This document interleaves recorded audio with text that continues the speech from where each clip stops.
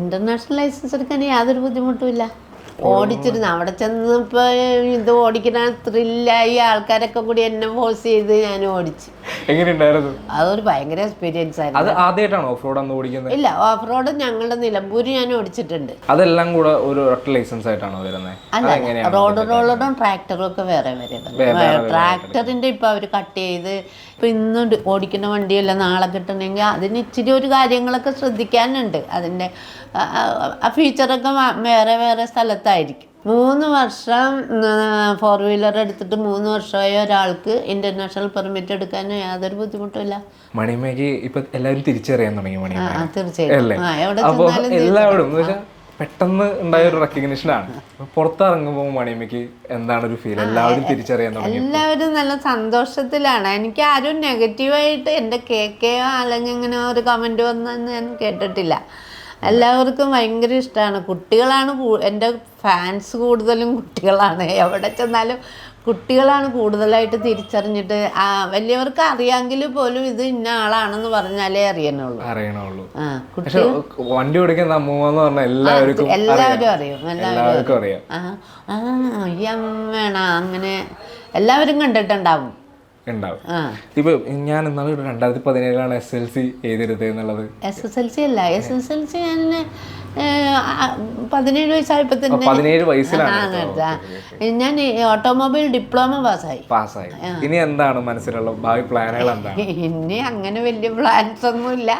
എങ്ങനെ തന്നെ നന്നായിട്ട് പോകണം എന്നുള്ളതാണ്. അല്ല, സാധാരണ എല്ലാവരും നിർത്തുന്ന സ്ഥലത്താണ് മണിമ തുടങ്ങിയിരിക്കുന്നത്. അല്ലേ, അത് എല്ലാവർക്കും ഒരു മോട്ടിവേഷനാണ്. നമ്മളൊക്കെ 60 വയസ്സ് കഴിഞ്ഞാൽ ജീവിച്ചിരിക്കുമെന്ന് പോലും ചിന്തിക്കുന്നില്ല. അല്ല, ജീവിച്ചിരിക്കുക എന്നുള്ള കാര്യത്തിൽ ആരുടെയും കാര്യത്തിൽ ഉറപ്പില്ല.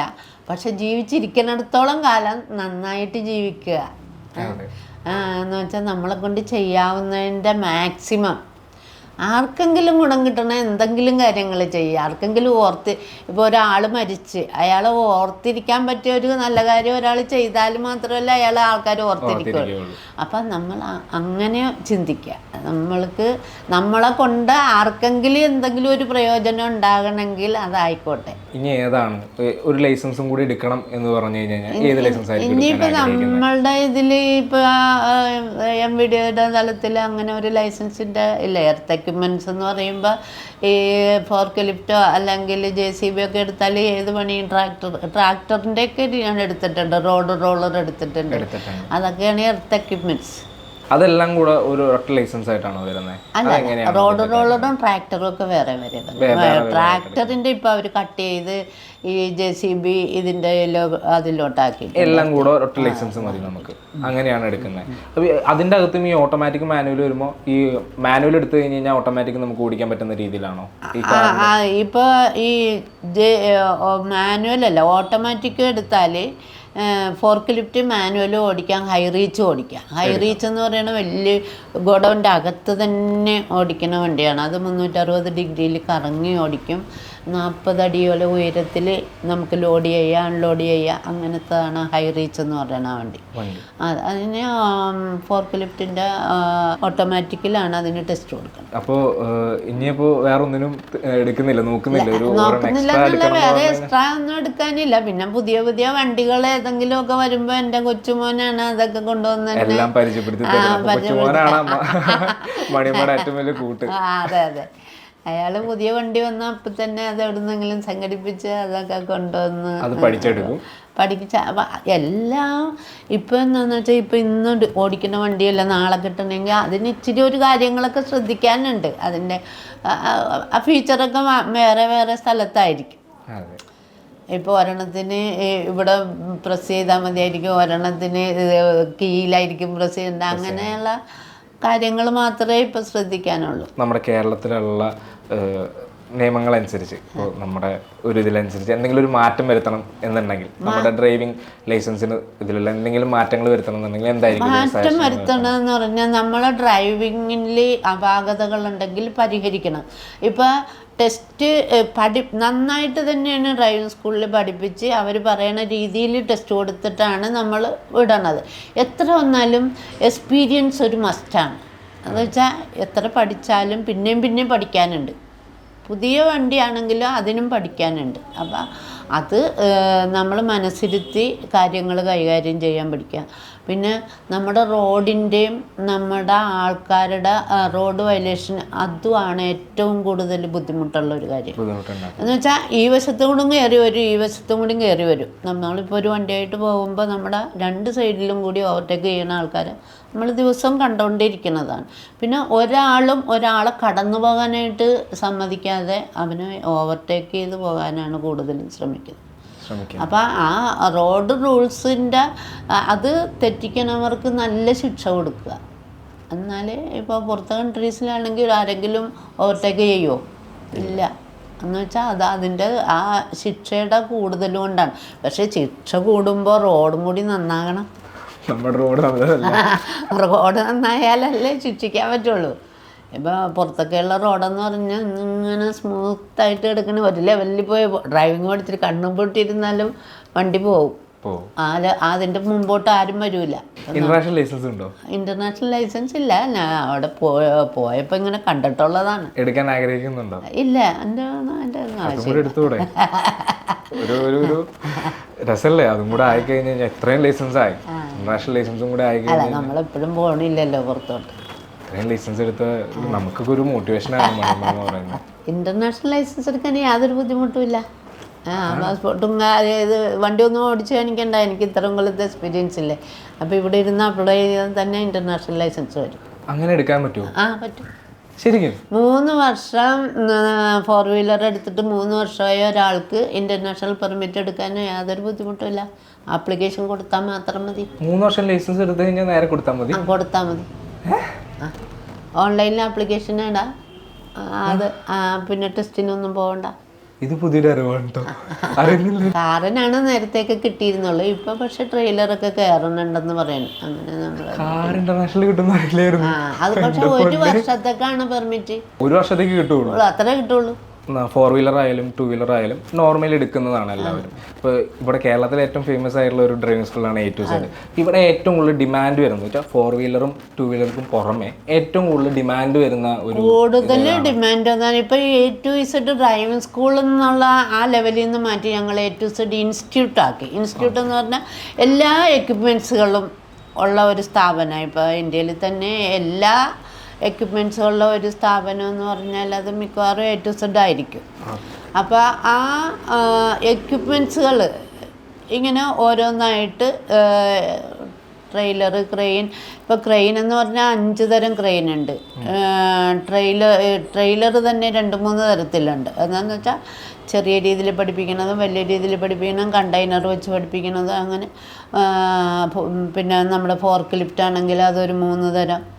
Automatic, manual, high reach. ഇപ്പോൾ ഹൈ റീച്ച് പിന്നെ ടെലി ഹാൻഡ്ലർ, ട്രെയിലർ അതിനൊക്കെയാണ് കൂടുതൽ സ്കോപ്പുള്ളത്.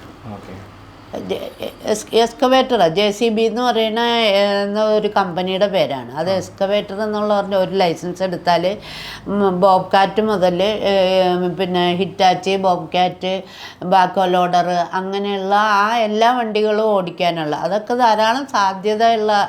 ഇപ്പോൾ ഒരു JCB കമ്പനിയുടെ 150 കൺട്രീസിൽ അവർക്ക് അതിൻ്റെ ഇതുണ്ട്.